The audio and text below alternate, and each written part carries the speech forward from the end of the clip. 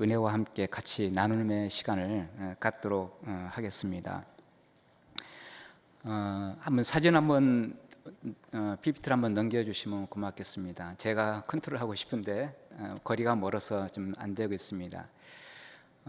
먼저 사역 개관을 좀 나눠보면요, 저희는 교회와 대학생 사역을 같이 해가고 있습니다.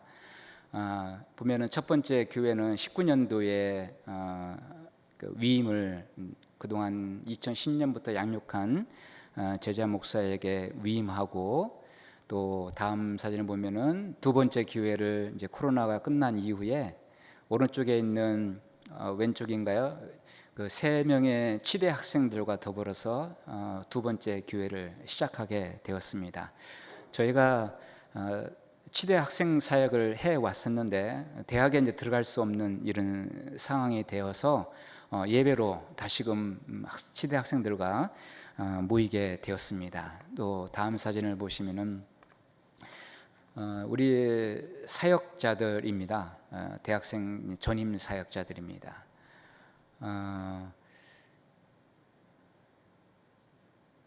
제가 글씨가 잘 안 보입니다. 죄송합니다. 현재 우리 펄린 사역자는 둘째 아이 출산해서 휴직 중에 있고 충분히 양육하고 돌아올 수 있는 기회를 제가 줬고요. 셸로 자매는 저희가 따북, 갈린가 따북, 여기서 아마 10시간 가까이 됩니다.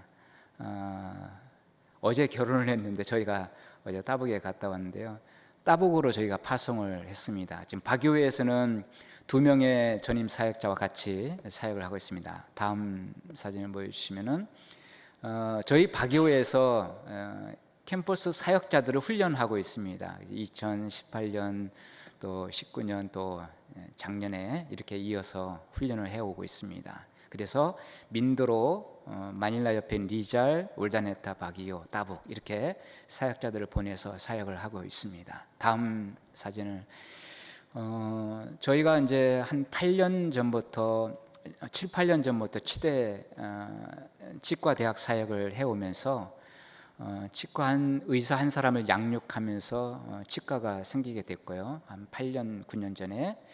그래서 의료 봉사와 같이 진행을 하고 있습니다. 다음 사진을 보면은 작년에 23년 5월에 두 번째 치과를 또 저희가 개원을 하게 됐습니다. 저희가 양육한 의사를 보내서 치과가 개원하게 됩니다. 다음 사진을 보시면은 이제 이런 방향으로 저희가 사역을 해 오고 있고, 이런 사역 속에서 하나님께서 베푸신 은혜의 말씀을 같이 나누도록 하겠습니다. 제가 한국에 들어갔다가 필리핀 공항에 들어올 때마다 늘 항상 긴장하고 고민이 된 것이 있습니다. 내가 이 필리핀에 왜 들어가야 될까? 이런 선교사라서 그런 고민을 한 적이 7년, 6, 7년 이런 기간 지난 처음 도착해서 6, 7년 기간 동안 그런 생각을 갖게 되었습니다. 대학생 사역, 교회 사역을 해오면서 제 안에 이렇게 다가오는, 현지 문화 속에서 다가오는 그런 메시지는 제가 우리보다 나아서 우리를 돕는 거지 우리가 언제 도와달라고 한 적이 있느냐, 이런 뉘앙스를 제가 가끔 우리 사역을 선교 사역을 하면서 느껴지는 하나의 부분이기도 합니다. 사실 우리 필리핀 친구들 말로 도와주십시오 이렇게 말하는 사람은 거의 없습니다. 샤이 문화가 이들을 지배하고 있기 때문에. 그래서 이런 아무리 도와줘도 이 친구들은 하나님의 은혜를 잘 몰라, 이런 표현들을 저도 모르게 제 입에서 나오는 그런 경우들이 참 많이 있었습니다. 그래서 한 6, 7년 이런 가까이 7년 전으로 그런 고민을 많이 했습니다. 내가 왜 이곳에 다시 들어가서 선교사로서의 삶을 살아야 될까? 이런 고민은 저의 어떤 정체성에 대한 고민이었습니다. 정체성의 고민은 바로 선교사의 어떤 본질, 어떻게 내가 살아야 될 것인가, 사역을 해야 될 것인가에 대한 그런 고민과 같았습니다. 또한 정체성의 고민은 선교사로서 복음을 어떻게 전해야 될 것인가, 이 바로 복음에 대한 본질과 같은 그런 고민이었습니다. 이는 또한 하나님 나를 이곳에 부르셨는데 부르심에 대한 그런 고민과 또 같았습니다. 그래서 저는 이 오늘 본문 말씀을 대할 때마다 사람을 가르쳐 제자로 세워가는 삶이 저의 본질, 하나님의 부르심의 본질이라는 사실들을 재차 확인하는 그런 말씀이었습니다. 가서 제자를 삼으라, 그들에게 세례를 주고 가르쳐 지키게 하라. 이 말씀이 저의 사역의 본질이고 방향입니다. 학생들을 양육하는 이 삶은 사실 쉬운 일은 아닙니다. 한 사람이라도 제자를 세워서 리더를 세우고 싶은 마음은 간절하지만은, 그러나 늘 항상 원점이라는 것은 캐톨릭 문화로 다시금 돌아가는 그런 학생들을 늘 접하게 됩니다. 그런데 예수님께서는 오늘 말씀에서 너희는 가서 모든 족속 제자 삼으라, 참 쉽게 말씀하시는 것 같습니다. 그런데 현장에서 양육을 하다 보면은 이게 참 어렵다, 이런 생각을 자주 접하게 됩니다. 그래서 저는 가서 모든 족속으로 제자 삼으라는 이 말씀을 이렇게 해석합니다. 복음 전파와 제자 삼는 일은 분리되는 것이 아니다. 전도와 양육은 늘 항상 같이 가는 것이다. 이렇게 저는 이 말씀을 이해하고 해석하고 있습니다. 특히 캐톨릭 배경에서는 양육을 통해서 이 사람이 예수를 믿는지 믿지 않는지 확인할 수 있다는 것입니다.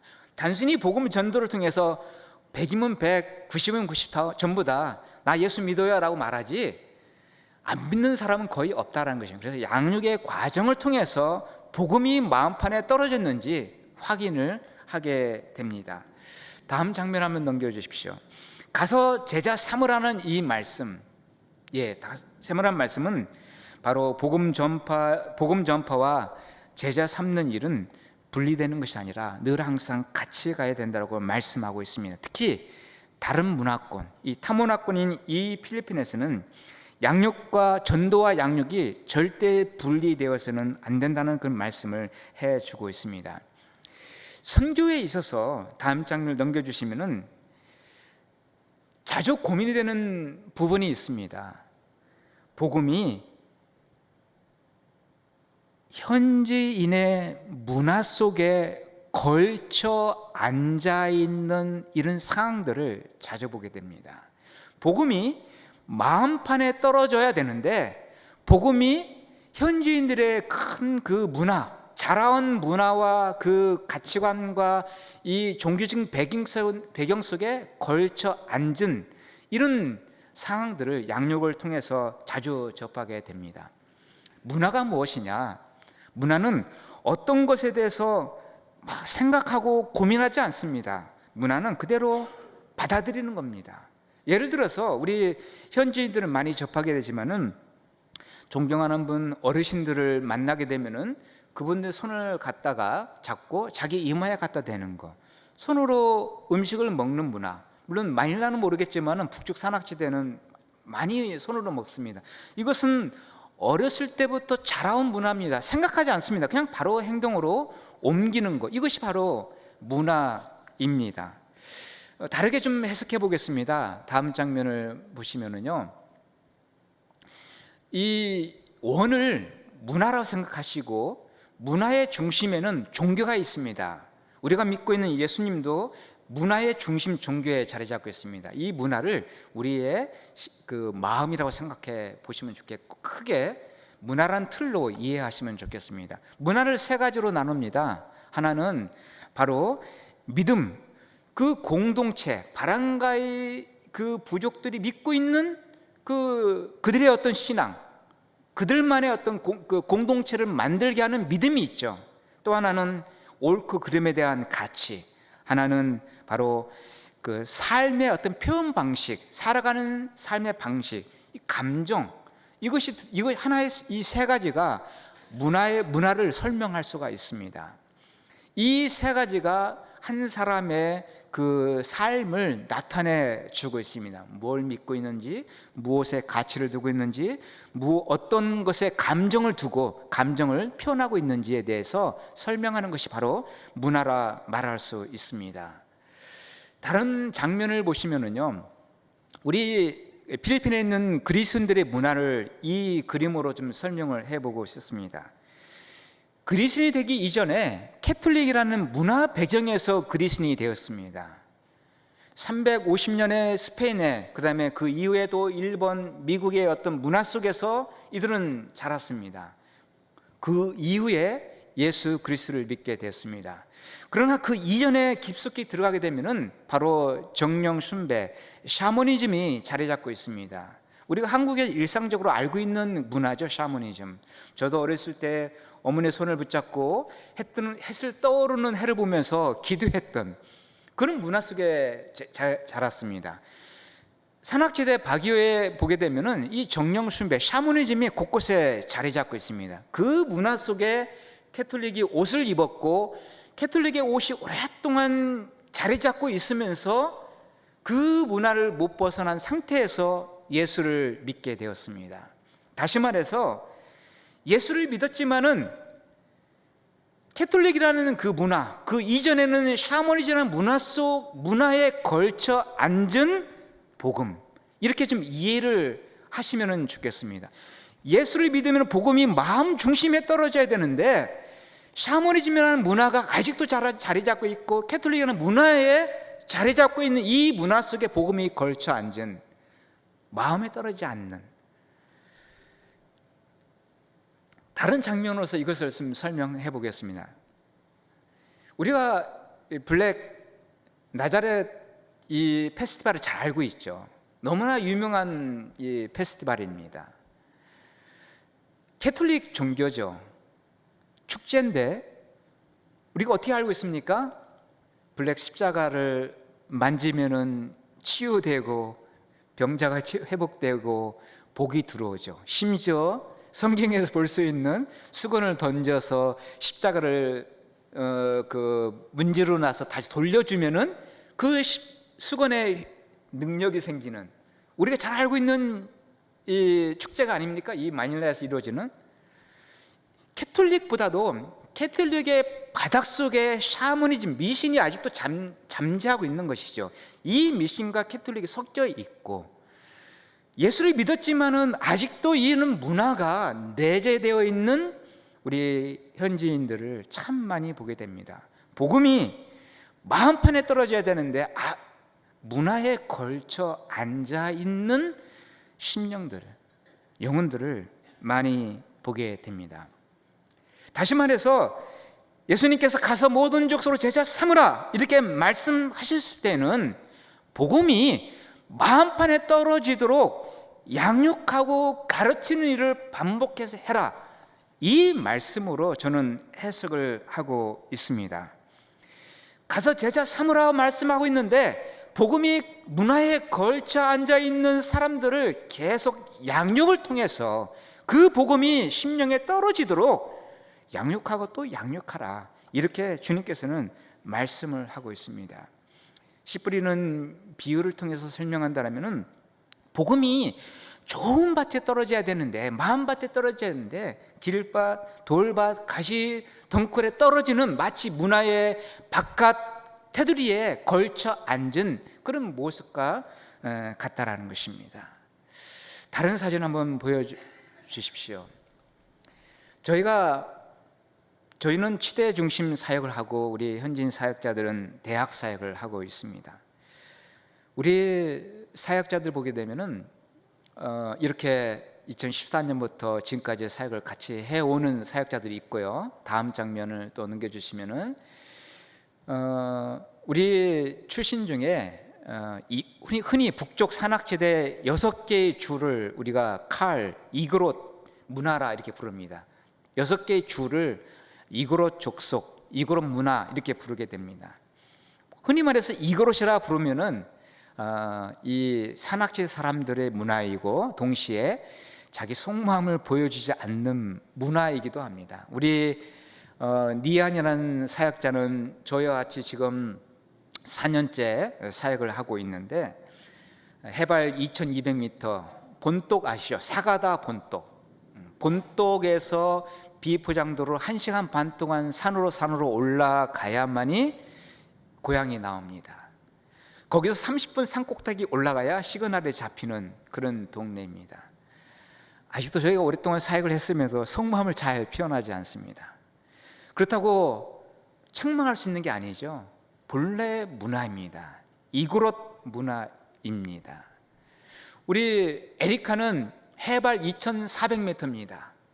저희 있는 바기오에서 2시간 가면은 가장 필리핀의 두 번째 높은 산자락에 지나가게 됩니다. 거기 산에서 감자와 부모님은 그 당근과 또 양배추 이런 재배를 하게 됩니다. 돌반, 흙반 그런 산에서요. 그곳에서 자랐습니다. 그리고 세 번째, 어제 결혼한 쉘로 우리 사역자는 갈린가 지역에서 왔습니다. 바기오에서 9시간이죠. 갈린가는 아직도 부족 간의 전쟁이 있는 지역입니다. 예를 들어서 2년 전에 우리 사역자 동네에서 있었던 이야기입니다. 어떤 사람이 술을 마시면서 티각대각 하다가 한 사람이 그만 죽게 되었습니다. 가만 보니까 부족이 다른 사람입니다. 그러면은 우리 상식으로는 당연히 경찰을 불러서 법적으로 해결하는 것이 기본적인 상식이죠. 아마 마닐라도 그렇게 접근할 겁니다. 그러나 갈린가는 아직도 부족 대표끼리 모여서 회의를 합니다. 이 문제를 어떻게 해결할 것인가. 그 당시에 이민련을 요구했습니다. 죽은 상대편 그 대표가, 바랑가이 대표가 이쪽 대표한테 이민련을 요구했습니다. 그러니까 이쪽은 야 우리 못 줘. 그러면 저쪽 대표에서 그럼 니네와 우리는 지금부터는 전쟁이야. 이러면 부족 간에 총을 들고 대기하고 있는 겁니다. 이동하지 않습니다. 이게 갈린가의 사람들의 모습이기도 합니다. 어쨌든 다양한 형태의 그 문화를 가지고 있는 사역자들과 같이 사역을 해오고 있습니다. 선교는 문화적인 편견을 극복하고 또 편견을 넘어서 영혼을 마음에 품을 때에 하나님께서 일하시는 것을 자주 경험하게 됩니다. 또한 복음이 마음판에 가격하도록 가르치고 계속 돌아보는 양육의 과정이 바로 선교다, 이렇게 정리를 하고 싶습니다. 350년이라는 그 문화 속에서 정착되어진 이들의 문화, 우리가 10년, 20년 양육한다고 해서 쉽게 이 문화를 벗겨낼 수는 없습니다. 그러나 이 문화를 끌어안고 사역을 같이 해갈 때에 하나님의 은혜가 심령에 역사하시는 것을 자주 목격하게 됩니다. 다음 사진을 보면 우리가 이런 이야기로 한번 돌려보겠습니다. 다음 장면을 넘겨주시고요. 가룟 유다와 예수님과 관계를 한번 생각해 보시기 바랍니다. 가룟 유다가 자신의 속마음을 예수님께 보여주었나요? 3년 동안 예수님께서 양육을 했는데 가룟 유다는 자신의 속마음을 보여주지 않았습니다. 맞죠? 아니 예수님께서 하늘과 땅을 지으신 분께서 바람과 풍랑을 잔잔케 하신 예수님께서 고넬료의 종을 고치신 예수님께서 가룟 유다의 속마음을 모르실까요? 그런데 예수님께 하신 일이 한 가지가 있습니다. 그런 가룟 유다의 속마음을 뻔히 아시면서 예수님은 늘 가르치시고 그를 양육하셨던 예수님의 모습을 발견하게 됩니다. 예수님의 사역의 본질은 가르침이었습니다. 끊임없이 양육하는 일이었습니다. 가룟 유다가 복음을 받든지 받지 아니하든지 간에 예수님의 사역 본질은 가르침이었습니다. 다음 장면을 넘겨주십시오. 저희가 치대 사역을 한 7년, 지금은 7, 8년 전부터 사역을 해왔습니다. 유비 대학에서 치대생 중심으로 사역을 해왔습니다. 일반 사역은 우리 현지인 사역자들이 주로 감당을 하고 있고요. 치대 사역을 해오면서 저희 집에 들려서 라면을 먹고 김치를 먹고 간 학생들이 참 많이 있습니다. 대학에서 같이 햄버거를 먹고 콜라를 마셨던 치대 학생들이 참 많이 있습니다. 그러나 한 학기 지나고 두 학기 지나고 또 떨어져 나갑니다. 참 양육하기 힘듭니다. 대부분 캐톨릭 학생들이고요. 이 캐톨릭 학생들을 회심시키는 일은 쉽지는 않았습니다. 일반 학생들이 회심하는 것은 그나마 좀 쉽습니다. 그러나 치대로 보낼 정도면 그래도 어느 정도 집안에 여유가 있어야 치대를 보내지 않습니까? 나름대로 자존심이 있고 가정적인 배경이 있기 때문에 관심이 있고 호기심이 있어서 성경 공부에 참석했지만은 6개월, 1년 반 지나면 또 떨어져 나가는 학생들을 참 많이 보아왔습니다. 참 양육이 쉽지는 않습니다. 심지어 코로나 전까지 6년 동안 양육한 형제가 있습니다. 캐톨릭에서 전환해서 6년 동안 양육을 했는데 코로나 기간 동안 또 여자 친구를 잘못 만나서 어디로 돌아갔습니까? 캐톨릭으로 다시 돌아간. 본인은 나는 크리스찬이라고 얘기하지만은 캐톨릭 문화로 다시 돌아간 그런 친구까지 제가 경험을 하게 되었습니다. 양육은 쉽지 않습니다. 그러나 예수님께서 어려울 때마다 예수님께서 가룟 유다를 양육한 그 생각을 할 때마다 다시금 새로운 힘을 얻게 됩니다. 예수님 어떻게 사역을 하셨을까? 이런 가룟 유다를 뻔히 아시면서 어떻게 예수님은 공생의 3년을 사역을 해 오셨을까? 그런 생각을 하면서 다시금 힘을 얻게 됩니다. 한 영혼을 가르쳐 제자로 삼으려는 그 예수님의 그 몸부림을 다시 한번 생각해 보게 되는 것입니다. 그래서 가서 모든 족속을 제사 삼아 그 다음에 세례를 주고 가르쳐 지키게 하라. 할 수만 있으면은 반복해서 가르치고 양육하는 이 삶을 지금도 하고 있습니다. 다음 장면을 넘겨주시면은요, 성교는 그 전 장면입니다. 성교는 복음을 전하는 것으로 만족하지는 않습니다. 세례를 베푼다는 의미는 공동체 안으로 들어오는 것입니다. 예배 안으로 들어오는 것입니다. 이것이 1차입니다. 2차는 예배를 통해 그리스도의 성품, 하나님 나라의 문화를 경험하는 것이 2차입니다. 단순히 복음을 전하는 것이 아니라 예배 속에 들어오는 것이고 예배자로서 하나님 문화를 경험해가는 삶, 이것이 바로 선교다. 이렇게 정리를 하고 있습니다. 그래서 선교는 가르치는 일을 지속하는 것입니다. 모든 것을 가르쳐 지키게 하라. 적어도 저희가 만나는 학생들을 또 제자들에게 저희들은 이렇게 강조합니다. 예배는 신앙인으로서 가장 기본이다. 너희가 가르치든지 배우든지 하라. 한 사람이라도 가르치고자 애쓰자.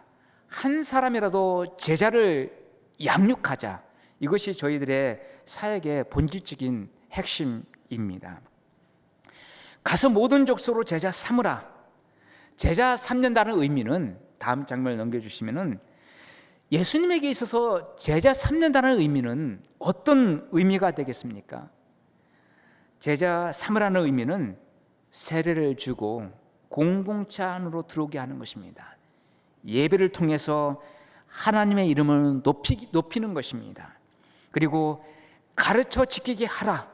삶에 말씀을 두는 것입니다. 말씀이 곧 성령의 이끄심을 경험하면서 살아가도록 돕는 것, 이것이 바로 선교의 포괄적인 의미가 됩니다. 주님은 이 일을 어떻게 행하셨을까요? 다음 장면을 넘겨주시면은, 주님께서는 이 일을, 가서 모든 족속으로 제자 삼으라는 이 일을 어떻게 해오셨습니까? 저는 가끔 이런 생각해 봅니다. 주님께서 모든 기적과 이적을 단순히 갈릴리와 예루살렘에서만 베푸는 것이 아니라 주변 나라들, 바울이 갔던 스페인까지, 노마에까지 다니시면서 복음을 전하셨으면은 세계 복음화는 좀 더 일찍 다가오지 않았을까, 이런 생각도 해보게 됩니다. 주님의 능력을 각 나라 모든 족속으로 할 수만 있다라면, 더 많이 보여주셨다라면 세계 복음화는 더 앞당겨지지 않았을까, 이런 질문을 해보게 됩니다. 그런데 주님께서 왜 갈릴리와 예루살렘 주변에서 3년 동안 소수의 제자들에게 집중하면서 사역을 해오셨냐는 얘기죠. 왜? 우리가 가만히 생각해 보면은, 만약에 이 소수의 제자들이 실패한다라면은 예수님의 공생의 3년 사역은 실패하는 것과 다르지 않을까요? 이 12명의 제자들이 정말로 다 포기하고 주님을 완전히 떠난다라면은 어떻게 보면 주님은 모험하신 것과 동일하다는 것입니다. 그런데 예수님께서는 공생의 3년 동안 소수의 제자들에게 집중하면서 그들을 가르쳐 오셨습니다. 중요한 것은 그들에게 바로 참된 충성, 참된 믿음을 요구하셨습니다.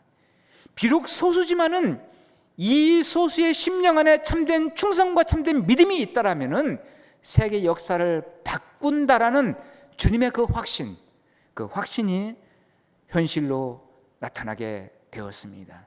그래서 주님께서는 제자들에게 참된 충성과 믿음을 요구하셨습니다. 우리가 잘 알고 있는 이스라엘 백성들에게도, 가나안 땅에 들어가는 이스라엘 백성들에게도 동일하게 참된 충성과 믿음을 요구하셨습니다. 사도 바울에게도 참된 충성과 믿음을 요구하셨습니다. 그래서 이스라엘 역사가, 세계 역사가 이스라엘 민족을 통해서, 바울을 통해서 변화하게 되었습니다. 소수의 사람들, 다음 장면을 보시면은요, 소수의 사람들이 누굽니까? 소수의 사람들은 믿음으로 살아가는 사람들입니다. 말씀을 들고 가정과 일터와 교회에서 충성스럽게 감당해 가는 분들이 소수의 사람들입니다. 그리스도의 이름을 드러내고자 애쓰고 또 애쓰는 그런 분들이 바로 소수의 사람들입니다. 다른 말로 표현한다면 하나를 배워 하나를 가르치는 성도가 소수의 사람들입니다. 배우든지 가르치든지 말씀을 사랑하는 성도가 소수의 사람들입니다. 복음이 심령에 뿌려지고 그리스도의 제자로 양육받기 원하는 그런 심령이 바로 소수의 사람들입니다. 이 소수의 사람들은 복음이 자신의 문화의 중심지, 마음 중심을 가격한 그 경험을 한 사람들입니다. 이 소수의 사람들로 주님께서는 과거에도 현재에도 미래에도 하나님께서는 이 소수의 사람들과 일해 가십니다. 우리가 소수의 사람이 되도록 기도해야 되겠습니다. 비록 소수일지라도 가르치고 양육하는 삶, 복음의 충성과 믿음으로 반응하는 이런 삶으로 일관하는 귀한 성도님들 되기를 간절히 기도드립니다. 잠깐 2분 동안 기도 제목을 나누고 넘겨주시면요 마무리하도록 하겠습니다. 저의 첫 번째 다음 장면은 재정자료입니다.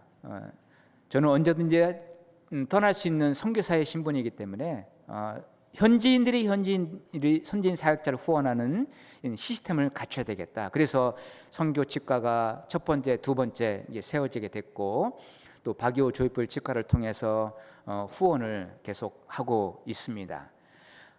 두 번째 기도 제목은 넘겨주시면은요, 저희가 지금 박이호에서 땅을 구입했습니다. 이제는 이제 1층, 2층을 세워서 1층은 예배당이지만 결국은 어린이 도서관을 세우는 것이 저희의 기도 제목입니다. 아이들이 책을 읽고 생각하게 하고 또 책임감을 갖게 하는 그런 훈련을 교회 내에서 시키고 싶은 그런 간절함이 있습니다. 그리고 2층에는 박이호는 대학생들이 8만 이상이 됩니다. 작은 도시갑니다. 주로 이사벨라, 따북, 마운틴 프라빈스 5시간, 10시간, 12시간 이런 지역에서 유학을 옵니다. 그런 학생들을 2층에서 함께 살아가면서 양육해 내고 싶은 그런 마음이 있습니다. 그래서 1층에는 예배당, 어린이 도서관, 2층에는 방을 들여서 학생들을 양육하는 이런 하나의 센터로 세우고 싶은 마음이 있습니다. 세 번째 기도 제목은 저희가 장기적으로는 메디컬 학생들을 양육하는 그런 꿈이 있습니다. 오랫동안 시도를 했는데 양육을 못했습니다. 치대 학생 양육보다 더 몇십 배 어려운 것이 메디컬 학생들입니다. 그래서 방향을 바꿔서 이전 교회 학생들 중에 9학년, 10학년 때부터 이 의대에 꿈 있는 학생들을 발굴해내는 겁니다. 그래서 11학년, 12학년 올라갈 때부터 결정하게 하고 스템 코스를 결정하게 하고 대학에 들어가서 장학금을 지원해서 의대에 진학할 수 있는 꿈을 계속해서 심어주고 있습니다. 네 번째 기도 제목은, 마지막 기도 제목은 저희들은 이제 계속해서 교재를 개발해서 사역자들을 양육해내는, 가르치는 이런 꿈을 가지고 있습니다. 위에서 같이 한번 기도해 주시면 고맙겠습니다. 기도하겠습니다.